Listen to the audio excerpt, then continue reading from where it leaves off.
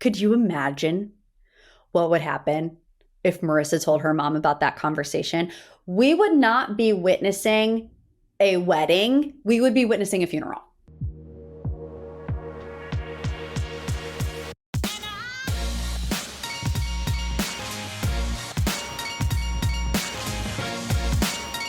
Hello, and welcome to another episode of Morgan's Pod Talks, breaking down the latest in reality TV and pop culture. She's back, looking a little more tan, a little more sun-kissed. I don't look like sickly pale anymore. Always a good feeling.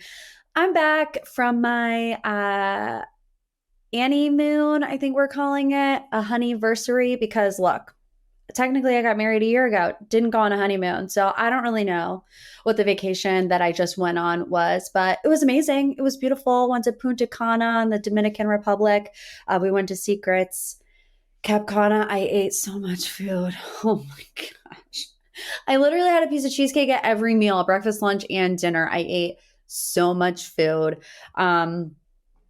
I want to say it's good to be back. There are, it's always good to be home, but is it good to be back? I mean, it was 90 degrees without a cloud in the sky, and I get home to the lovely Cleveland, Ohio, and I mean, it just looks like a cloud of smoke, gray skies, rain, 40 degrees. I mean, but I'm just looking at the glass half full. At least I was able to go have a great time with David on vacation. I missed you guys, of course, and a lot of crazy stuff happened, and we'll talk about it. But I had this epiphany, and I think the married people out there are going to get it. I had this epiphany while I was on our vacation together. David and I are very different vacationers, and just people in general. David is go, go, go, and I am lay down, like as much as possible, right? I love to relax, and he loves to do laps in the Caribbean Sea at 6:00 in the morning. He can't relax. Like, he just can't do it. And I don't know why I was thinking about this when I was sitting in the pool in the Dominican Republic, but I had this epiphany of what kind of animals we are when we're on vacation. No, I did not do any drugs. I know it sounds like I kind of did, but I realized that David is a baby dolphin. Baby dolphin in the ocean, just swimming along, wanting to be in the middle of all the action, doing the flips, doing the little, I was going to say cheers. Dolphins don't cheer. You know what I'm talking about? That doesn't sound like a dolphin either. Anyways, he's a baby dolphin. I'm a beached whale. Beached whale. Exactly where I want to be. Washed up on the shore, not moving. So I think it's good to have these moments of self-awareness and really a deeper understanding of where you are in your relationship. But we had a great time despite him being a baby dolphin and me being a beached whale. Now, getting home was quite the experience. I just have the worst time. I don't think that I can travel anymore. I just don't think that I can. I don't think it's in the cards for me. Because it goes left very, very quickly. We got down there with no problems at all. And we were like, okay, don't want to jinx it, because knowing us, we'll end up getting stuck somewhere. That's exactly what happened. On the way home, we got stuck in Washington, D.C. The worst part about it is that we got to the airport right as our flight got delayed 2.5 hours. And it's like, oh, had we just been alerted a little sooner, we could have at least stayed at the resort and swam or something. Although, word to the wise, the VIP lounge in the Punta Cana airport does have a swimming pool, and David jumped right in. Baby dolphin energy. But anyways, we were really worried about not making our connecting flight, because we had like 50 minutes when we touched down in DC, and we had to go through immigration, all the things. So we were running, sprinting, thinking that we were going to make it. I did not know that the Washington Dulles airport shut down at 9:30, literally. Couldn't get on a train to go to the next terminal, couldn't do anything. So even though we had 50 minutes to get there, and we probably could have done it, the whole place shut down. So we had to get a hotel. We had to stay the night in DC, and I was having a fit. I was having a meltdown. And, I just have a deeper appreciation for David in these moments, because I'm crying, hyperventilating in the corner of the room. He's getting the hotel rebooked. He's getting an Uber. He's getting food vouchers. He's doing everything. And meanwhile, I'm losing my religion pretty much. If anybody comes in contact with me during those moments, I'm the worst possible version of myself. I'm just thankful for him. But anyways, we get to the hotel, spending the night in DC. We have about 6 hours until we have to be back at the airport. So we're like out of it. Not even 45 minutes go by and I was pretty much asleep. But then all of a sudden our ceiling starts leaking, and not like a little drip.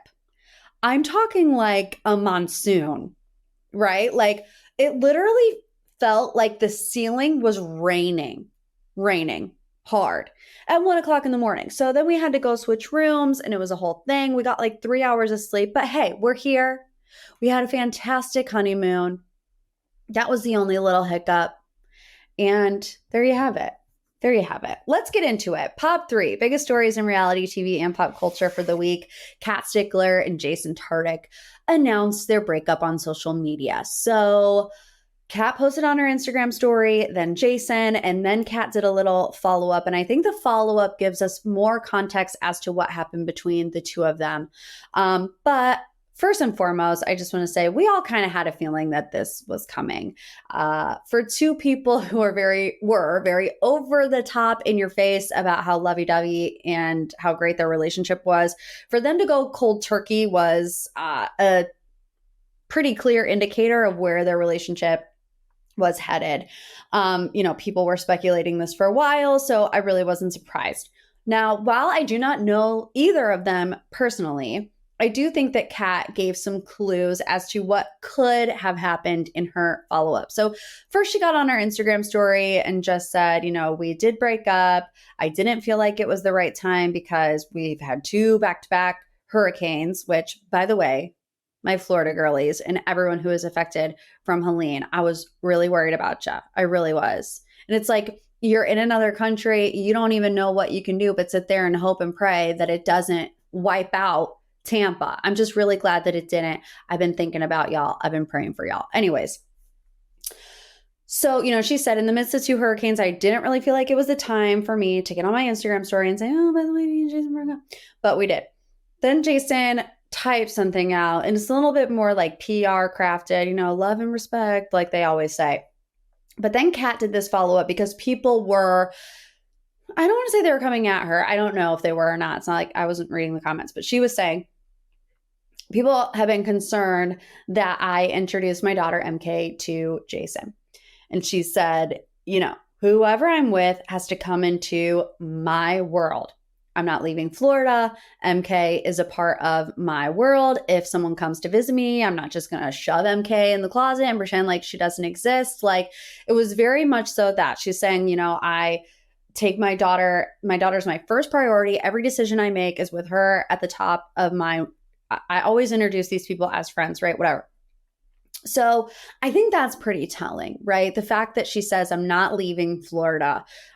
They were long distance. So could that have been a deciding factor? I know that long distance is tough. I did it for 5 years and there wasn't a child in the mix. So I can imagine when you add a child, it makes it even more difficult. I did like them together. I do think at times it was starting to get to be a little much. But I also think that Jason Tartick is a certified lover boy and falls very hard, very fast. He even said that in his Instagram statement. So wishing him the best. And her, really. Wish them both the best. And I got to tell you, I know I'm back in Ohio because my allergies are back, baby. Whew, got a lot of stuff going on in my throat at this current moment in time. Let's move on to Tamra Judge. Tamra Judge is under fire for comments she made on her podcast this week. Talking to her co-host, Teddy Mellencamp, she said that during her very first therapy session, she revealed that she is, quote, on the spectrum. And though she didn't elaborate any further, it seemed to apply that she was on the autism spectrum. So she said here, we're trying to work through that. I have a really hard time processing stuff and I have a lot of sensory issues, sound, light, touch, but the therapist, says that's not my biggest problem. My biggest problem is working through trauma that I have in my life. She says she sees things in black and white and has a hard time with empathy and feeling other people's emotions. This set people off, and like rightfully so. It's honestly so offensive.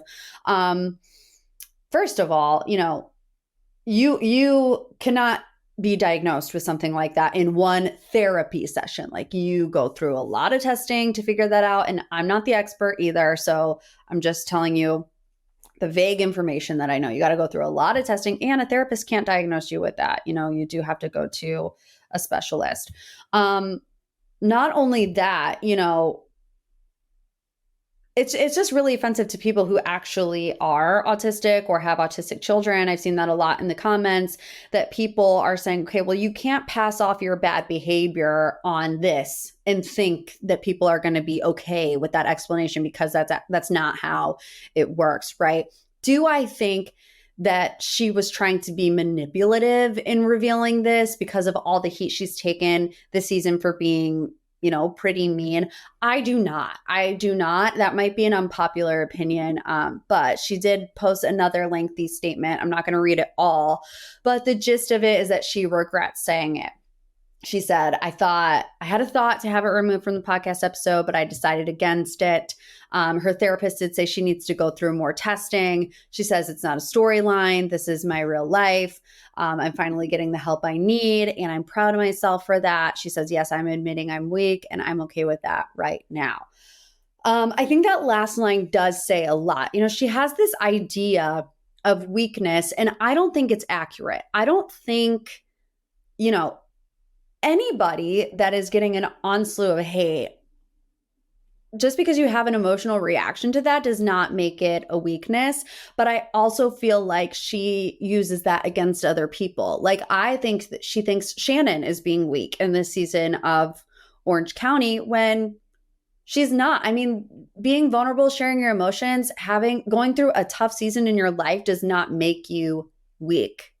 Do you know what I'm saying? And like I said, I think she just projects that onto other people as well. And I do just think it's a little bit ironic, right? That because of what she's going through herself here and getting all of this backlash, it's not exactly the same. It's not apples to oranges, but she's also putting Shannon through some, I don't want to say traumatic, but it's hard. They're both dealing with hard situations, and the fact that it's now being done to her and she can finally understand how it feels. And I'm going to bring this up because I said it last time. Whenever they had the sit down conversation and they were talking about, Shannon and her DUI. And I said, the only time that Tamra changed her tune towards Shannon in that sit down that they had at that restaurant was when they talked about the lawsuit. And why? Because Tamra said, I understand what you're going through because I went through it with you. And that's what I said, when Tamra knows how it feels, she then is able to not be so harsh, mean. But she says here, I have a hard time with empathy. Now, that does not equate to you being on the spectrum. And like she said, there's still a lot of stuff that she's going to have to go through with different doctors to make sure that diagnosis is correct. But, I just think, like, what a turn of events. I do think that Orange County right now has a bit of a problem with tenured housewives, I guess, if you want to say, these long-standing reality TV vets. Even when Shannon said something this past week of, this is a reality show trickling into my real life. And I've even said it earlier in this past season, I don't feel like somebody like Emily has been 100% herself. I don't feel like Tamra. Look, I just feel like these shows are very conflict-based. And they think, these housewives that have been on the show forever, they think that that's what we want from them. It's just conflict, make a fight, have drama, whatever. Sure, it's entertaining, but that's not all that we want. I would take an authentic housewife over somebody who's just creating conflict for the sake of the show 10 times out of 10. And, when I was following this story about Tamra and what she was saying, and reading what she wrote about how things are black and white for her and how she doesn't feel other people's emotions, I was just like, what is that like? because I'm the exact opposite. I feel like I can't say anything ever without 3 hours later going through it in my mind being like, oh my gosh, if they see this, they're going to think this, they're going to think this, even though my intention was to say it in this type of tone. Like sometimes people take with this type, and it drives me insane. It really does. I think it's being too much of a people pleaser, but also just wanting to be nice to people, whatever. But I'm like, wow, it would be so nice to just have a day where I saw everything in black and white, and like didn't have to think about how other people would receive the words that I'm saying. Like, wow, what a day that would be. All right, let's move on to this week's Dancing with the Stars elimination. Gleb and Brooks got the go. They're out. Showman's over. She was shocked when she got eliminated, but I don't know why she was so shocked. Like, I knew that a lot of people didn't like Brooks and Gleb together just because their showmance is a little like showboaty, you know what I mean? But all you have to do is look at Twitter and you can tell that not a lot of people liked Gleb and Brooks together on Dancing with the Stars. Gleb does turn to her and say, I love you, while they were getting eliminated, and people were like, oh, okay, that's interesting. I don't know if they're going to have a romance after this. I hope they do. Like, who cares? Be happy, healthy, live in life. I was just really taken aback by how surprised they were. Gleb saying, oh, I thought we were going to win. Really?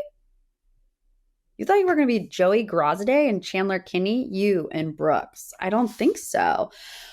Joey also emerging as a front runner. Like, why is he so good? We love Joey. I voted for him 10 times this week. Danny Amendola also had a really great week, breakthrough week. His dance was the best one of the night, in my opinion. He did a contemporary to honor his late coach, Mike Leach, and I thought it was really, really good. People are confused right now about the judges' scoring because a lot of the women got the same score, like all 8. So you had Chandler Kinney get the same score as Brooks and Gleb. And Chandler Kinney is a dancer. She's really good. Some people criticize her for that because they're like dancers should not be on the show. But to have them make the same score as Gleb and Brooks, it doesn't make a whole lot of sense. Jen Tran also seems frustrated. In my opinion, she had a little bit of an attitude this week when hearing the judges' feedback and their scores. Now, I don't know if it was an attitude against herself, if maybe she felt like she didn't do the best job that she could, or if she was annoyed with the judges, their remarks, and their scores. But her energy was like really given off, I'm annoyed. And I do think Jen is just doing okay. I think she's, steadily getting better. And, I did miss last week because I was on vacation and I heard that was her best dance. But honestly, I hated the fact that she dedicated her dance to Taylor Swift. I hated it. You have some of the most touching moments of the season in dedication night. Can't even talk about Derek and his wife, Haley, because I will ugly cry right now. You have other people dedicating it, like I said, Danny, to Mike Leach, to people's parents, to people's grandparents, and you're going to dedicate it to Taylor Swift of all people. I just really did not like that, and I'm not a Swiftie, so maybe that's why. But yeah, I don't know. I got the vibe that Jen was not vibing, really, if I'm just going to put it bluntly.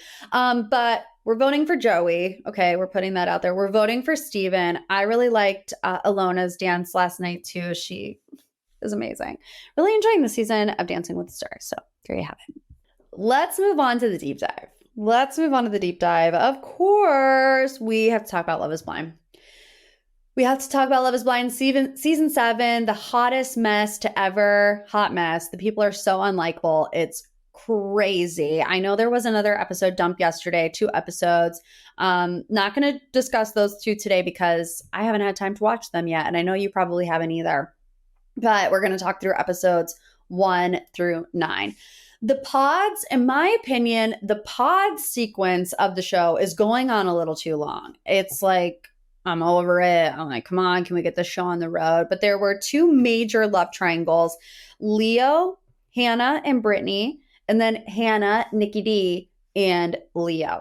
In the end, we know how it shakes out. Hannah decides to go with Nikki D, who she hates, and Leo decides to propose to Brittany. Brittany says yes, even though she really doesn't know why, because he was back and forth between her and Hannah. She's really upset about that. And then we get the most awkward reveal of all time, Brittany and Leo. Leo is really out kicking his coverage here. Is that the saying? I think that's a saying. Like, he's really punching up. And Brittany already is a little apprehensive of Leo because he's so all over the place. And there, it's just so cringy. Like, you can tell that she's not all that into him. He's way more into her than she is to him. However, Netflix just decides, or Kinetic Production, whoever's fronting the bill, decides we can only pay for 6 couples to go to this all-inclusive resort of Mexico. So we're not going to invite Brittany and Leo because we don't think they're authentic. I'm using air quotes. It could be that they don't think they're authentic or don't think they're going to make it, but it's also a budget issue, okay? Because let's not pretend that Love is Blind has this moral high ground. We see it a lot later that they don't really have a moral high ground. We have cheating scandal. We have a really inappropriate conversation about a girl not wanting to go on birth control and her fiance's response to that, which was disgusting. We're going to talk about it. Don't worry. But don't act like, oh, we're only here for true love. And that's why we cannot have Brittany and Leo come to Mexico. Give me a break. Give me a break. You couldn't afford it. If you can't afford it, pick a different hotel or maybe like one less couple. I mean, one less, casting. That's what I'm trying to say. People in the pods at one time, maybe do only like 10 people, but you should have the budget to follow the show. And not to mention, Brittany and Leo and Hannah and Nick also in there. It was the bulk of the first 6 episodes of Love is Blind to just be like, oh yeah, let's just type a little message on the screen. Sorry. We're not going to let you know they went to Miami, but we don't know what happened. Get a drone. I don't care. Get an MMJ, multimedia journalist, one-man band. Get them out there. Get something. Have them video themselves on their iPhone 15s. I don't know. It was just absolutely bonkers to me that's the way they went about it.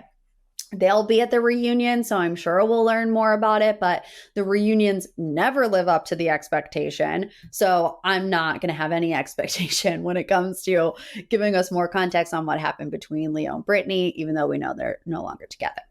I'm going to go through each couple. Let's start with Monica and Steven. I was never invested in Monica and Steven. Something from the get-go with them never felt right to me. I always felt like, I just felt like he was portraying himself as being too good to be true. And that's like exactly what happened. Monica wasn't into him either, right? He's an electrician. She wants flowers and not Kate Spade bags. But then there's this cheating scandal. And this clip is resurfacing on social media where it's like, Steven in the pods turns to Monica and says, I technically have been a cheater. And then he goes on to rattle off all these excuses about a technicality of being an emotional cheater, right? Well, then he turns around and emotionally cheats on Monica. Texts texts one particular person, all of these, like, according to Monica, really kinky stuff, like really sexual and graphic in nature while being engaged to Monica. That day, she says, we don't know the specific timeline. We don't know the timeline, but that's what Monica said in the episode, that it happened earlier that day. So I'm just like, how stupid can you be? Like, that's got to be one of the dumbest things to do on Love is Blind, which is why some people think that it might be an addiction of some sort when it comes to Steven, because let's just pretend that Monica doesn't see the messages on your phone. We know that she clicked the messages. That's how she saw them on the phone. But let's just pretend like she didn't. And a year from that particular time, the show starts airing and you're the girl that Steven is texting. Do you think for 1 second that girl wouldn't have gotten on TikTok and made this video about how, I was sexting with one of the guys that's engaged on Love is Blind while he was on the show and I have the screenshots to prove it? Like, it's 2024. if you don't think this kind of stuff is going to come out any which way, you are not using your brain. You're using your brain, maybe the wrong one, but you are not using the brain up here at the top of your head, because I just don't get it. Truly unbelievable. Almost as unbelievable as him being drunk at a sleep test. Don't think you can be drunk at a sleep test. So red flags all over the field. Monica didn't want to be with him anyways. You can't convince me otherwise. I'm not saying it was for the best, because that shouldn't happen to anybody. But like, wow. That's audacity number one. I think Steven has the most audacity. Nikki D and Hannah hate each other. Truly. Hannah really hates Nikki D. Gets very upset with him when he races on a plastic duck with a 55-year-old woman in Mexico. That is totally something that my husband David would do. Would I be mad at him? No, I wouldn't be mad at him. I would be mad at that 55-year-old woman. And I was mad at that 55-year-old woman. She was rude. Like, oh, she's jealous. I'd be like, would you like to get smacked upside the head with one of those plastic ducks that you were just riding on the beaches of Mexico, lady that I do not know? I mean, I would have just let it go, but I think Hannah's annoyance is misplaced. Although it's a bit of a snowball effect, right? She doesn't want him to get on the duck. Listen to how stupid this sounds. She doesn't want him to get on the duck. He gets on the duck. He races down the beach. And then there's this 55-year-old woman who is in a string bikini who gets on the duck too, races him, and then says something rude about your fiance. Hannah, I would have let it go. Hannah harbors it a little bit because she was already getting the ick about him riding the duck. And then he doesn't stick up for her when this woman calls her jealous and is rude to her, right, on camera. But that's just the tip of the iceberg, right? Hannah is very condescending to Nick, but Nick is not ready to be somebody's husband. He lives in his parents' basement, which I'm not going to judge because I know times are tough out there. Like in your early 20s, although how old is he? He's 28. Okay, well, you know, I moved out when I was 25, but it's hard. Like you graduate college, you don't really know what you're doing with your life. You're not making any money. They told you would make money. They lied. You can't get an entry-level position. So I do hold space for those types of things because it's hard in today's day and age to get a job and to be able to afford housing because rent is $3,000, especially in somewhere like Washington, D.C., I'm sure. However, he doesn't even know how to boil pasta. Like, he's just not ready to be a husband. And quite frankly, based on Hannah's communication style, she is also not ready to be a wife. She did say on a podcast that she's a work in progress. She has room to grow, blah, blah, blah. We've heard it all before. They will not be making it down the aisle. I'm quite sure of it. Tyler and Ashley. Oh, gosh. Picture perfect couple, right? Wrong. What a plot twist. Tyler reveals to Ashley off camera 2 weeks before their wedding that he has 3 children running around out in the world, but 2 very different stories. He says that he was a sperm donor. The baby mama, whose name is Bree Thomas, who has since went from a private profile to public. So that's why I'm not having any issue saying her name because she has gone public this week. This is all the things that she said on her Instagram this week. She said, all I will say is that everything being said about me and my children better be cleared up by Tyler or I will expose everything. As I've stated previously, I am trying really hard to not say anything because at the end of every single day, I have to be strong for my children, but I will not allow my name to continuously be dragged through the mud like this. She says, please do not make me take it there, Tyler. There's absolutely nothing I am not willing to expose. Okay. So in the episode, Tyler claimed to be a sperm donor for a couple that he, quote, knows, right? But this woman, Bree, says, I have no understanding why he would characterize his relationship with his children as he is. Looking back on it, we all got a big red flag when he made the coming out of the woodwork comment, right? They were in Mexico, they're having lunch, and he's like, you never know what's going to come out of the woodwork, that I know you and you know me, and that is like all I'm focusing on. And we were all like, okay, so clearly he's got some bad relationships with his exes who are going to be, like I said, going on TikTok and making all these posts about him. Turns out that this is more along the lines of what he is referring to, right? So my thing is, like I said, there's two sides to this story. I don't know what the truth is, and I'm not going to pretend to know. I'm not going to be like this TikTok crusader who pretends to know the truth about what goes on in these people's private lives. But anyways, this conversation should have happened in the pods. You cannot keep something that big from somebody that you are getting engaged to. It is lying by omission. And you're getting engaged. You're getting engaged. And I know how these guys think. And I'm going to say the same exact thing when I talk about Ramses, because he's driving me bonkers too. But these guys went into this experience wanting to get engaged. To be on TV, I don't know. If they really wanted a wife at the end of the day, like, good for them. They wanted to ensure that they got engaged. So they're hiding these big feelings, these big moments, these big things in their life that could derail a possible engagement. And they're thinking, oh, well, I'll just get engaged. We'll build up a strong relationship. And then I'll tell them, because it will be easier for them to forgive me. But if I tell them early on, it will cut it off completely. Not the way you want to go about a proposal and a potential marriage, which leads us to Ramses and Marissa. I am shocked by how quickly these two have fallen down my list of favorite couples. I really do not enjoy Ramses and Marissa together. I think Ramses has a superiority complex. I find him to be very judgmental, and he wants to portray himself as the opposite, which is what I have an issue with. Specifically about something that was always out in the open, and that being Marissa's military service. Ramses does not approve of Marissa's military service and said, if you go back into the military and we are married, I will divorce you. Have an opinion on it all you want, but do not propose to somebody who you morally do not align with.